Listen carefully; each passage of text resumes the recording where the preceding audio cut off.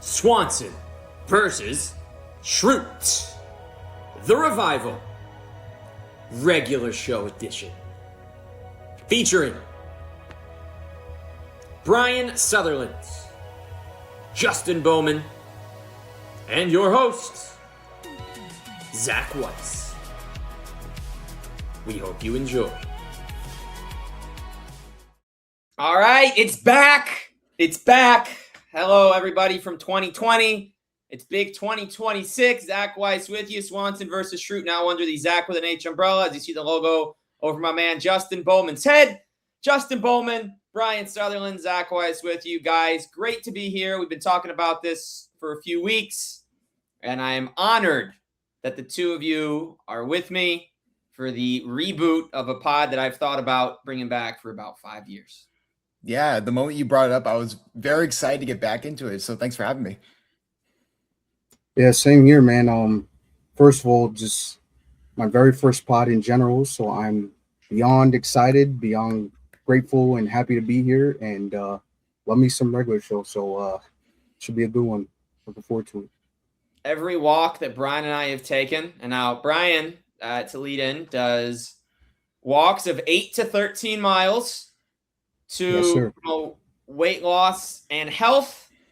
And our longest walk was probably about 2 miles, and about 1.5 miles on average is probably regular show banter. So it only makes sense that we come in. And Justin, go ahead, Bryan. Go ahead, Bryan.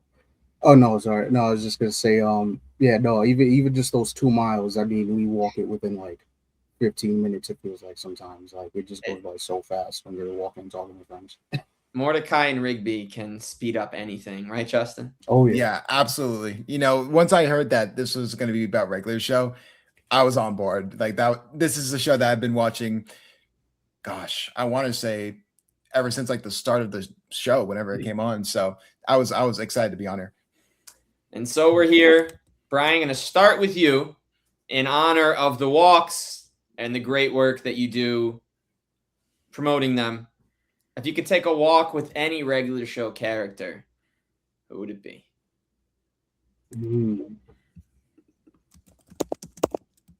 If I'm choosing just one, I'd say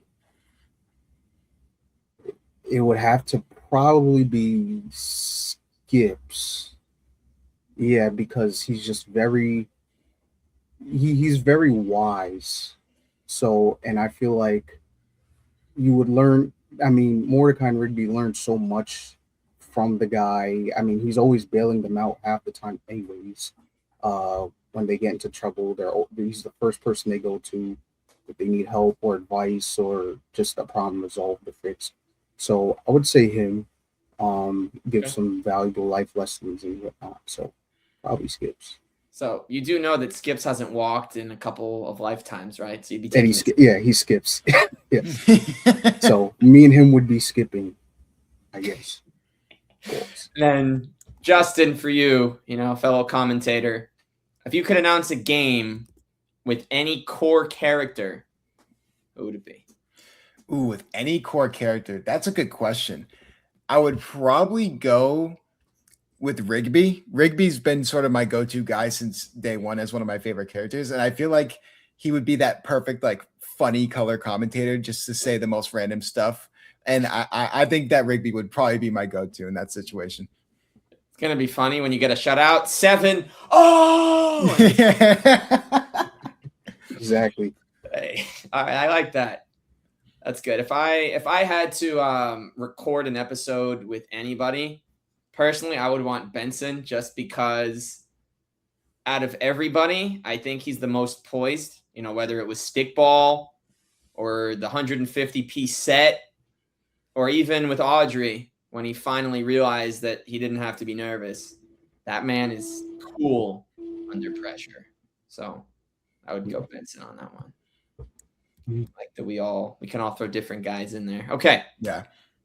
So Bryan, we go back to our earliest days of the show. And just a note, folks, so that after we get past this next part of our regular show beginnings, we will be focusing on the 2 basketball episodes, which you'll see in the episode description, Slam Dunk and Bank Shot from seasons 3 and 5, respectively. Bryan, when did you first get into regular show?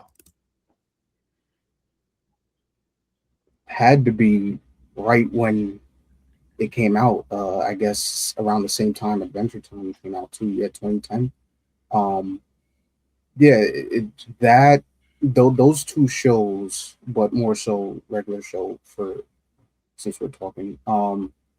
They I don't know, it just brought me into it right away. I just saw this brand new show coming out, saw the pilot, and then obviously on YouTube you'd see the 2 in the AM PM before, and then just after I saw the power, I was like, okay. And then I saw Death Punchies, which is probably that, and caffeinated concert tickets, which are probably my two favorite episodes from season 1. And then Rigby's Body, I think it was episode 11, another one. Yep. That whole first season, I mean, nothing beats the original. So. And Justin, you said you also liked season 1. So do you have a Mordecai and the Rigby shirt, kind of just hiding that you're waiting to put I on? wish I had one saved or something like that. It was so funny because when I first watched the show, I was 10 years old when the show came out. And the intro like sort of scared me at first, so I wouldn't watch it like when it came on Cartoon Network. But then I watched it and it was like, oh wow, this is actually one of the funniest shows I've ever seen. I've always been like a Cartoon Network kid. I go back to even like the Kids Next Door, Yeah. like all the stuff. Ed and Eddie's my go-to. Like that's one of my favorites of all time. But anything Cartoon Network was like awesome. So regular show just added on to that. Like Bryan said, Adventure Time was another big one too. So I loved all of those shows, especially around that time period. Yeah, I like the cul-de-sac shout out because I was a big Ed, and Eddie Misadventures video game guy. I thought that was a really well-made game. It's been probably been 20 years now, which is actually kind of sad. But great callback. Time flies, man. Time flies.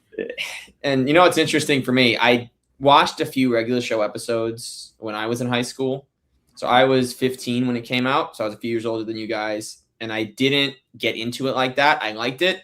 I would just watch it on the 15-minute blocks. I'm like, why does this have 15-minute blocks? Like no show has like a 15-minute window. Like not like all the 10-minute shows have never done that. And then eventually I'm like, you know what? Wait, it's on Hulu. Let's do a run through.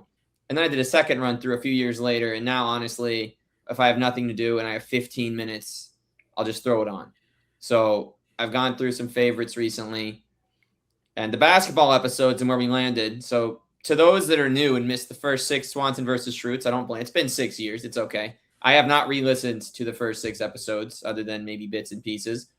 We were comparing The Office to Parks and Rec because those are 2 shows that were big. They kind of one bled into the other, which is why Rashida Jones became Ann Perkins and wasn't Karen anymore. And so my co-host did not let Ryer Smith, hated The Office. I hadn't really done a ton of Parks and Rec. It's like, all right, I want to make him watch The Office. Let's do this. And I figure those are the 2 guys, the 2 central guys, Swanson and Schrute. So the name was born. So though the name is the same, today's content is different. We are comparing 2 episodes of the same with regular show. And so we start with the slam dunk episode, which was 11 beautiful minutes. Margaret is in the park. Mordecai is very whipped. Hey, I'm having trouble with my website, man. Oh, I got you. And gets the punch from maybe, dude, what? And then obviously Muscle Man's got the computer. Muscle Man's on the basketball court. Muscle Man moves a trillion miles a minute when someone's trying to take his computer time. Amazingly. So he could watch whatever the heck he was downloading. And pre-Starla, who even knows what that looks like. So challenges to a game. He loses 3 times. Basketball guide, voiced by the late Carl Withers, comes in. They play a game. Mordecai dunks. The park gets destroyed. Man, that was a good game. You got to admit it was a good game. So, Bryan, I start with you as we have our initial conversation. The first basketball episode, final game, featured 5 players. Muscle Man, High Fives, Rigby, Mordecai, and the basketball king himself. We know how the game ends, but who would you put as the MVP of that first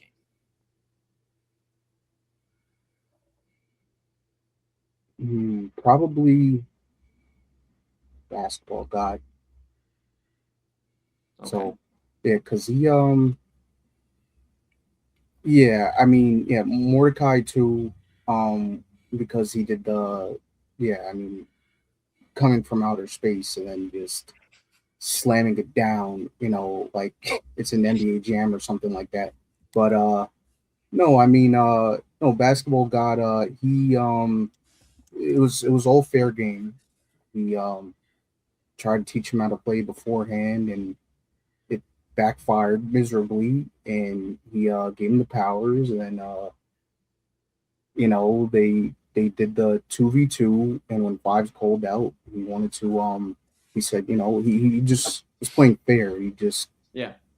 um yeah, he had great sportsmanship, because like you said, at the very end of the game, gave them their props, said great game, was not salty about it. So respect him. Yeah, good answer. Justin, what do you think was the MVP of that first I game? think I think especially like Rigby flies on the radar. I'm going to be a big Rigby enthusiast, especially for that first episode, because what many people don't like remember from the episode is when Mordecai is going for the game winner, he's actually setting a screen or like boxing out so Mordecai could.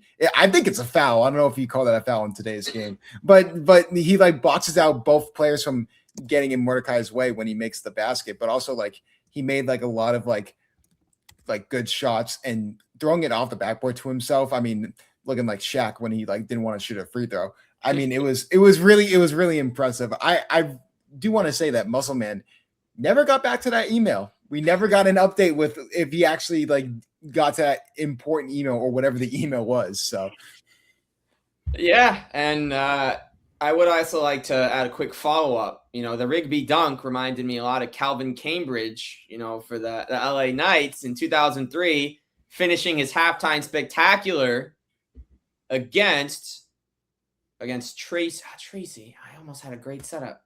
Tracy McDermott.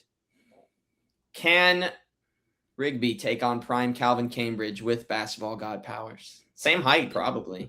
probably, yeah. I mean, especially, I mean, it's godlike powers. I would assume that it would definitely be a very, very close match. I would probably even give Rigby the edge. He's kind of like an Isaiah Thomas, like Celtics Isaiah Thomas, with it being small and shifty, but the ability to dunk like Dominique Wilkins, I would probably give the edge to Rigby. Okay. I'm going to give an awful answer. I think the MVP was actually High Five Ghost, because if it was just the four of them playing, then we're just going to see a repeat of the others. It's going to come down to Muscle Man would have probably been boxing out. And I'm sure JG Quintel and Sam Marin wrote this version where he doesn't fake the injury. Basketball God's just reffing the game. And then High Five doesn't take the fake injury. I give him the MVP because his fake injury led to a better game, more exciting game. And it's funny because he's watching. He's clearly not injured, but I guess an injury is an injury when you're at Park. Not the Park. You're at Park, as we learned in later seasons. So that made it interesting. He had a really good chemistry with Muscle Man. I'm pretty sure he knocked down a couple of half-court shots in the first 3 wins that they had. So his ability to just be like, yeah, even though I'm having fun with my friend, I'm just going to fake an injury so that we could try to win. It's kind of weird, sportsmanship and gamesmanship, but I think it put him on the map. So yeah, and then Muscle Man wanted him back. He's like, he was telling the basketball god, "Oh, you don't play defense like him," and it's like he planned it. Like, yep. Yeah, it was a good episode. I think it was cool that they had the basketball episode, and obviously they got another one, which we're gonna get to in a second. Brian, I want to start with you. What did you think of the basketball god? He's obviously your MVP. What did you think of him as a character? Yeah, like I said, just solid all around. He, like I said, he just a man of just great sportsmanship. I feel like just above everything else, like to me, that's what stood out the most. Whereas, I know we're gonna get to this later, but the other character in the other basketball episode, more on the cocky side. So, yeah, and I get it. Rigby, he kind of asked for that, because he was doing it himself, but then the tables turned in the end. So, but no, basketball god. Like I said, he really wanted to teach them both the way of basketball really like took the time and effort to train them as best as he could. And he's a god of basketball, and he couldn't even train him. So he was like, yeah, this is just pathetic. I'm gonna just give him the powers. And like I said, even when it came to rematching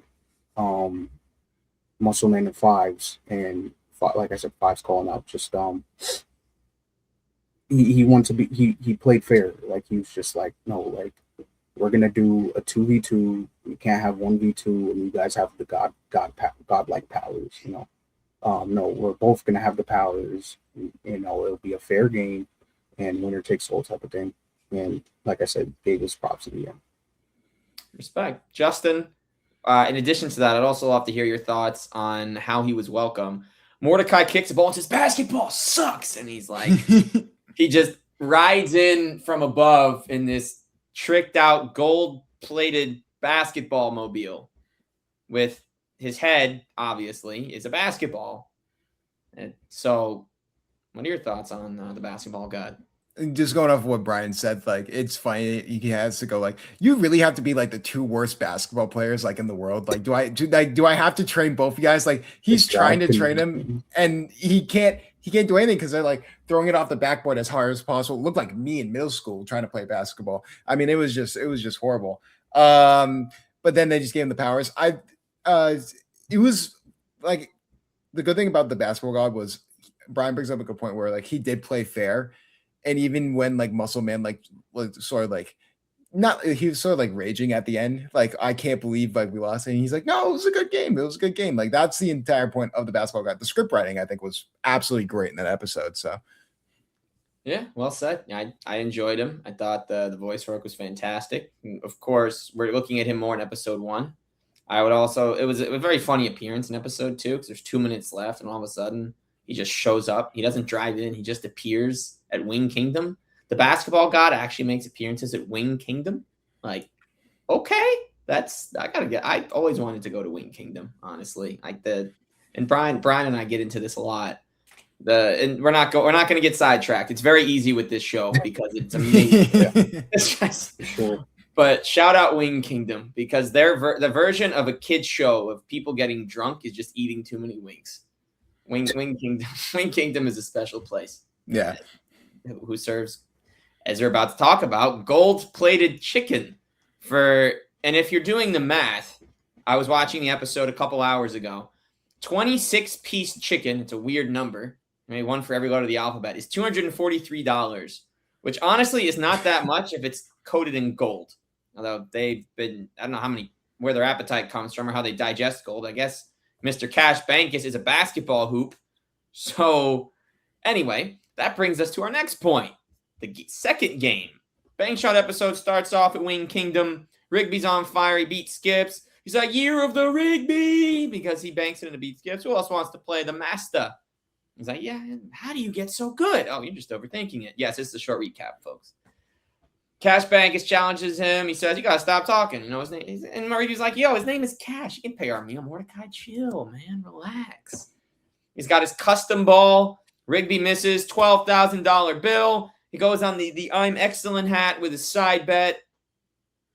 Can't afford it because he loses. Triple or nothing. Then he has to go to his brother who he hates, who's just perfect in every way and 5 times his size. Shout out to Don. Shout out to Don, especially in the prom episode that has nothing to do with this at all. It's like, oh, you can borrow my car. Oh, wait, you totaled it. And he's like, you always trusted your gut, Rigby. Here we go. Cash misses. Rigby closes his eyes like Zach Martin and Sweet Life and many other people to keep it pop culture. He makes it. And then basketball god, Rigby, you truly made the greatest bang shot of all time. And he's like, and this quote lives with me. My shots are the best part of the alphabet. Tell that man, oh! And it's like, okay, Rigby. All right, I see why that's Justin's guy. Yeah. So this game was a little different, but we can look at the episode at large. Bryan, we know who won, but who is your MVP of game number 2? Well, Rigby, I mean, yes, and the guy had way too much confidence, way too much. there's no reason to be that cocky, but I know there's a lot of people who are like that. But I mean, to go from being overly confident in yourself to where you end up wagering with a complete random who happens to have a $12,000 bill, and then to still keep going double or nothing, triple or nothing, even though you can't afford any of that, to then come back in the very end, and like I said, tables turn to where Rigby gets humbled and he talks to his brother and he's able to come back and win his triple or nothing bet and not have to pay 36 grand. And then the side bet where he gets his hat back too, same thing. Okay. I would say. Justin, obviously, Cash Bankus lost the game, as everybody in middle school also did when someone just yelled, "I lost the game." They were the inspiration for this episode, obviously. Is there a case to be made that Cash is the MVP despite his loss? Because he is. I'm curious what his bed looks like as a basketball hoop. With a backboard. He has his face is a backboard with a hoop. It's probably like the Teens Titans building, but it's like a bed where it's like a T, and then then it goes at the bottom there. I'm gonna go off the beaten path a little bit. Obviously, Brian said Rigby. I'm gonna say Don, because if it wasn't for Don, Rigby would have gotten his confidence back, because he was getting in his head, and just getting help from Don actually got him back. Obviously, Cassius Bankus deserves an honorable mention, because he's like the tried and true, like the town champion that like is overconfident because he's had so many competitions. But me personally, I would go with Don, because if it wasn't for him, Rigby wouldn't have gotten the confidence to get back into the game and actually win. First off, I've never seen a wing platter cost $12,000. If someone has that and they have that available, I would love to see it, because that's the first time I've ever seen it when it comes to like TV show or in real life. So what's interesting is that if you remember, after the original was like, I might have to upgrade to diamond chicken. What was that? 50,000? Like the number's just gonna keep going up. 100 grand. Second question: how is Wing Kingdom, which has a clientele of guys that make zero money, how are they also able to get the ingredients? Like, are these guys bringing the gold? Is Wing Kingdom providing the gold? Because the one thing is we learn a little bit about the Cheezer staff, but we don't actually learn about the Wing Kingdom staff until they're having guys' night and every place is sold out of wings a couple seasons later. It's like, where are they getting these ingredients to do this? All we know with Wing Kingdom is like, we know like if people have seen like cooking shows, they know like the fake gold. All I'm saying is Wing Kingdom is the greatest pyramid scheme of all time, because they're just putting fake gold on, having it be golden plated chicken and selling it for $12,000. Bravo to the owner of Wing Kingdom, because that's money in their pocket that I couldn't even imagine, from what they're probably selling it for, like 50 cents a wing. So Brian, truffle in there or something, or I don't know, just the most exotic seasonings or something, like a different gudgery, or like, I don't know. Yeah, honestly, you ever just close your eyes when you're eating chicken? It's like, this could be Wing Kingdom right here. Just picture that picture yourself eating animated chicken, and it could be from Wing Kingdom, just like that. You close your eyes, and all of a sudden you picture that's like the gold plated chicken wings. Then you just bite into something hard. It's like, I'm there. It's like just straight up gold biting into. Man, shout out Wing Kingdom. It's certainly a great place, and I'm happy that they added variety in their places and they weren't always at Cheezers. Cheezers won't get a ton of love today. The sauce. One more time. They always hook you up with the sauce. You know that. Always have. Like I don't think they have napkins though, because you look at Benson when he's having a midlife crisis, and he just got wing sauce draped all over his mouth. I don't remember seeing napkins like anywhere. they just didn't have them. Sorry, we don't have napkins. So, that's fine. No worries. All right. Don't worry about it. Well, that one time, quickly, when, like you said, the bachelor party, when it was Quip's bachelor party, and Skips put some napkins in a bag to trigger side. No, that was the only time I think I've seen them have napkins. That's right, because that's all they had. He did the napkins to hide that they weren't Wing Kingdom wings. It's a private party, yeah. All right. So now we've talked about each episode individually. So I'm going to give you guys a couple of parallels that I saw. I'm going to love to hear from each of you about what ties these basketball episodes together besides the basketball god. So for me, it's the pride of the character. In the first one, it's Mordecai. He doesn't want to look like a wimp to Margaret. And the second game was obviously Rigby, his side's partner in crime, his homie, his not partner in shenanigans, I should say. He didn't want to pay 36,000. They didn't want to get banned from Wing Kingdom. And so each of them Mordecai didn't seek help, but he got it anyway. Rigby got his help from the clan and his brother. And I felt like it teaches you about, even though there are ridiculous reasons for needing the help in the first place, to be honest, he wants a computer to make her a website, which is normal, but the circumstances are just so funny. I feel like that kind of trope has been used so many times and it never gets old. Like my other commonality is that when in doubt, don't give up. You can get help from those around you, and don't bet your excellent hat because you died to get that hat. Let's remember that, Rigby. And you're just like this basketball hoop looking guy who obviously, what did you think was going to happen when he took his hood off? How he has a sweatshirt that fits. Shout out to his tailor, I guess. But Bryan, what are some of your parallels between these two episodes? Well, I mean, they're both wagering on. I mean, yeah, they're just both wager. They continue to wager after repeatedly losing. So I feel like that's definitely one of the biggest parallels for me. Yeah, and like you said, Mordecai.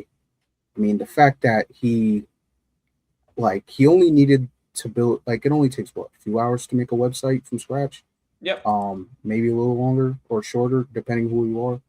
Point is, he wagered on computer time, and he took it to the extreme every time he lost, to the point where he wagered on wagering on computer rights for life, and he only needed it for a few hours. I mean, at that point, you could have just waited right after Muscle Man was done using the computer to make that website, and it would have been over with, instead of putting up lifetime worth of computer rights on the line. So yeah, Justin, how about yourself? Yeah. Sorry, keep going, Bryan. That's me. Oh no, and I guess Rigby, same thing. He just wagered repeatedly, even though he didn't have the money at all, to the point where it ended up nearly costing his friends money, and or their reputation, or them even showing their face up in Wing Kingdom again. So okay, Justin, what do you think about parallels? Yeah, I mean, I would love to be, someone's parent. My kid comes home from a hoop competition. It's like, I need $12,000. I just lost a bank shot contest. So what did you do? Like, who'd you gamble with? Like, but I think a good thing to take away was to build off of what Bryan said would probably be the resiliency of both sides, one Mordecai and one Rigby. Their willingness to train and their willingness to fight through adversity, even if it got to a dumb level, for lack of a better word, of almost getting them in trouble. They were able to still come out on top of the resilience. It was pretty good. And also, I kind of like how the different aspect from them, like when it comes to Slam Dunk, it was more of like a friends versus friends, like more of a bragging rights. But then when it came to Bank Shot, it was all about like friends, like teaming up, like having Rigby's back. And I think that's a cool little like shift from like each episode. Okay. Yeah, no, well said. I think there's a lot to take away. Great to think about what the reaction would be if you come back needing that kind of money. Oh, you starting a business? Oh no, I lost a basketball game to a basketball hoop. You what? My next sentence is, get out of my house. Find a way to get that money yourself, because I'm not helping you out with that. Over what? Chicken wings? No. And then to like I said, put one of your most prized possessions on the line on top of that as a side bet. I mean, you're just selling your soul at this point just to win a game. I mean, which I think he did later. I'm pretty sure Rigby sold his soul later to do something else. I don't remember what that was, but I'm pretty sure he did that at some point. Yeah. So, I mean, your guy, Justin, a little shaky here. Hey, you know what? Never give up attitude. Think of him as John Cena of the regular show. He's always willing to go above and beyond, even if it's a little too far sometimes, but he'll get his way. Yeah, shout out to Trash Boat, right? Great reference. Great reference. You change your name to anything. Trash Boat. All right. By the way, I think he's the only character we haven't said yet, and he doesn't have a big role in either episode. Just want to shout out Pops real quick, just for no reason at all here at the 30-minute mark. Just shout out Pops, no context needed. Every time I go to a convenience store and they have those giant lollipops that you can get at the checkout line, I just think about Pops because it's giant head. Like it's a giant like lollipop. a butterscotch ripple. Yeah. Which are also talking about how gold-plated chicken has currency. What is the currency of his lollipops? That's a great question. That could be like an entire episode. Could be an entire episode. And also one other real quick shout out and why we're here today. There is already a regular show pod. It's called the Excellent Podcast. Two guys in Chicago, both a little busy. Did speak about trying to get a regular show pod together. They did over 100 different regular show episodes. So I wanted to make sure to get that in. They will be listening when we are done. I'm excited to get that to them and for there to be regular show pod because I was having a walk one day. And what also led us here before we finish up, we got a few more topics, guys, was I just wanted to listen to regular show banter on my walk home from work. And I found something and it was that. And they really go in depth, mostly digital. They did a few in-person pods. I think they live, I don't know how far apart from one another, how that part worked, but found it. They got a lot of episodes. They made it through season 5, which honestly is incredible considering what goes into a schedule. It was an episode a week. So shout out to that. I know other people and people from shows, like a lot of pods exist right now, but I think that's great effort.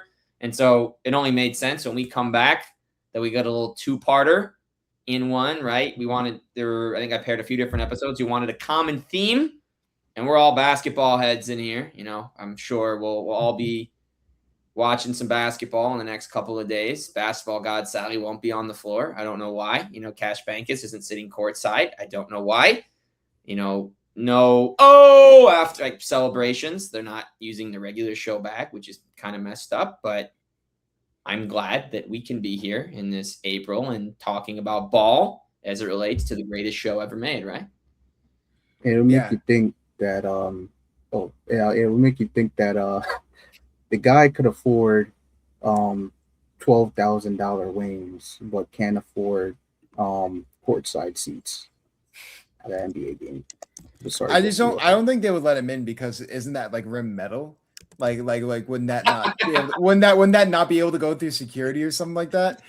I feel like that because I think also that the announcer, if I'm as a play-by-play announcer, I would focus on that more than the game. It wouldn't matter if it's a playoff game, the NBA finals. I'm like, that guy's a basketball hoop. Like that's something you would automatically focus on. Right. And so if the ball trickles off but goes through him, does it count as a basket? I wish and all of a sudden the score changed, I would be hysterically laughing. It would be hilarious. Yeah, shout out. I was also thinking, and then we'll talk about the differences and then the episodes and sign off. But I was thinking, like when the ball hits him on Rigby's last shot, like I wonder why didn't the ball should have just gone through him. Imagine, or it's like you replace the bank shot with him. Like it's just Cash Bankus It goes through him, and all of a sudden, you ding, ding, ding. It's like, that counts as a shot. Woo! Like, off the back. Whoa! We need a Mike Breen Ed Rigby collab. Yeah, absolutely. We definitely need. If I ever throw in Mordecai. If I ever get to that point where I get to meet these people, I will ask them to try and like commentate over like cartoon stuff, like cartoon moments, whether it's like regular show or other things. Or like you can take audio tracks we can do that. Although now that we gave other people the idea, but Yeah, we could edit it. Yeah. Yeah. Edit it out. Edit it out. All right, But, so we got a few minutes here. We talked about the similarities, guys. To me, the major differences in this episode: no Margaret in episode 2. Basketball God is not a featured character in episode 2. Episode 2, of course, being Bank Shot. One of them is a game. One of them is a shooting contest. Essentially, one of them is about practice. The other one's about having superpowers. Bryan, what's your major difference between these two? I mean, like I said, it's just in Slam Dunk. I mean, Mordecai. I mean, the guy. I don't know if I want to say simp, but yeah, but I guess he is basically simping. What did the kids say? He's simp maxing. Is that the term nowadays? What they say, I guess. So yeah, I mean, to just take it that extreme. And yeah, I mean, yes, he did get practice and help from the God of Basketball, which was good to see. You know, in work, like I said, but and then yeah, Rigby. Basically, it kind of reminds me of say if we go to Dave and Buster's or something like that, and we're at say Super Shot, and you're just betting, I mean, with a random I mean, and you find out the guy has loads of money and he could afford anything, but you know you can't. So it's I could just see that replaying in my head, like at an arcade or something like that. And it's probably happening right now as we speak. Somebody somewhere else. At a random Dave and Buster's, there's definitely if there's beer involved, there's definitely some like mischievous betting going on with that too. Yeah, but here's the deed to my house. All right, bank it in. Okay. Yo, congrats on your living arrangement, bro. Oh wait, that's my house. Oh no. Basketball God, help me. The amount of if they had Super Shot at the casino, I mean, the amount of people that would go broke and the amount of fights that would break out after that. I mean, yeah, unimaginable, but would be funny. And then you have people who are like on social media doing it like full time. Like if Lethal Shooter went there, they'd like be like escorting him out of the because you got to go, bro. You're making too much money. You know what I imagine actually is Chris Tucker in Rush Hour 2 when he's just winning so much. I don't know if you guys have seen Rush Hour 2 and he just jumps on the table and he's going crazy. He's like, "Sir, we need to ask you to calm down, sir." Sir. Meanwhile, Lee is just getting knives thrown at him at every angle, and Carter's just like, "Yeah, show me the money, Lee." Like, okay. That was a good impression too. Thank you. I've never practiced the Chris Tucker, and I think I'm going to retire after that one. When we get Rush Hour 4 in the next couple of years, you know, we'll see how he's doing. But on a more regular note, Justin, what are your why'd I do that? What are your key differences between the two? Don't worry, I'm a dad joke enthusiast. I give that like a 6 out of 10. But 6? Oh, that means a 10. Yeah, I mean, yeah, and the dad joke scale, that's a 10. Yeah. But for me, I mentioned it before, but like the difference between like everyone at the house like teaming up when it goes against Cassius Bankus versus the Basketball God, where it's like a 2-on-2 scenario and it's more for like bragging rights. Even though for Mordecai, it's like Bryan said, you know, going to be a simp. That's the backstory behind it. But I think the difference in the team getting behind Rigby and Bank Shot, I think that's definitely more of a thing with that between that and the Slam Dunk episode. Okay. And we got one more question on the topic before we head to plugging where we can find all your work and then closing out. Bryan, which episode was better, Slam Dunk or Bank Shot? I really, really love Slam Dunk. That is a hard one, but I'm gonna say Slam Dunk. Yeah, like I said, I just love both of them, but like I said, I feel like just overall it stands out more to me about the whole sportsmanship aspect of how the God of Basketball played the game. I mean, yes, and he was in the second episode, but Bank Shot was more so just about, to me, I mean, yes, there's some humbling going on, but it was more so like just a lot of people's cockiness getting the best of them, getting in their way, and just having to bail each other out of, or Rigby bailing himself out, or his brother bailing him out of a $36,000 debt. You know. Of course. Justin, how about yourself? Yeah, I mean, I know the net worth's on Bank Shop probably with those $36,000 chicken wings, but I mean, I would probably go slam dunk as well, purely for the fact that a separate thing I would probably do is like the competitive aspect. I think both sides like wanting to win, and especially Muscle Man like starting to get like a little overconfident. I think that absolutely contributed to like the episode and stuff like that. I like the competitiveness of it, and also we saw dunks in that episode. We have yet to see in the slam dunk contest, so maybe the NBA should be taking some notes with that. So. Fix the All-Star Weekend. Yeah. No more dunk contest. We got just give everyone abilities. Give the guys at the end of the bench. Give everyone superhuman abilities. Oh yeah. Just go ham. Second round picks and undrafted guys only that don't get minutes and get 1 year in the league. Give them the power. Do. Make me better at basketball. Do. Rhymes with basketball. As long as it's catchy, the power accepts it. Yeah. Okay. I would say I enjoyed both.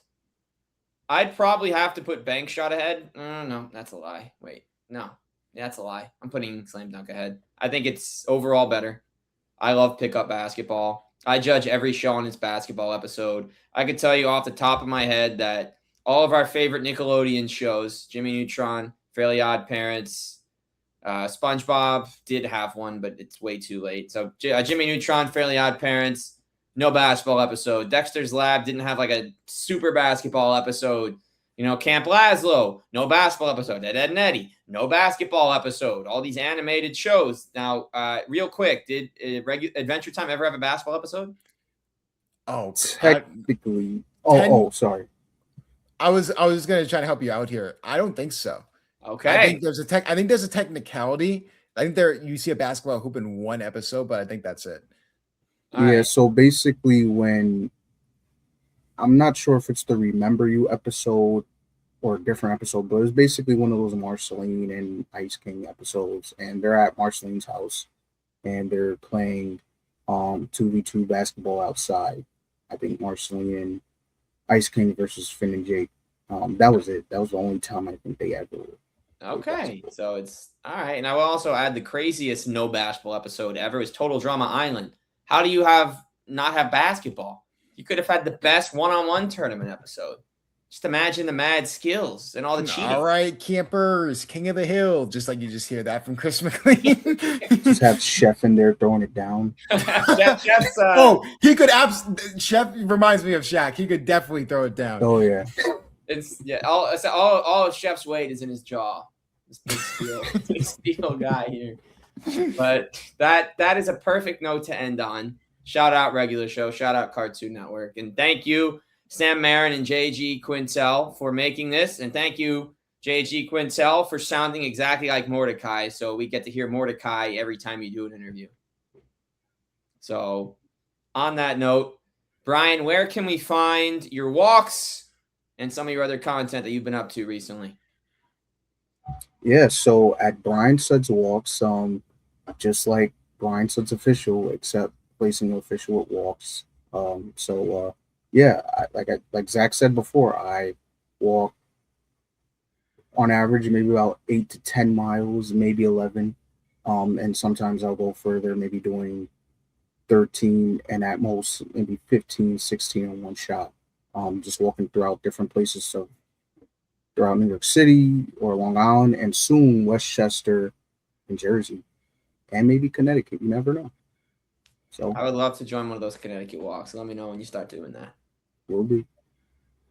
And Justin, where can we find what you've been up to? You got a whole interview series that is currently going on, 3 episodes currently released. Yeah, if you watch the first interview between me and Zach, we've said it before, but I apologize.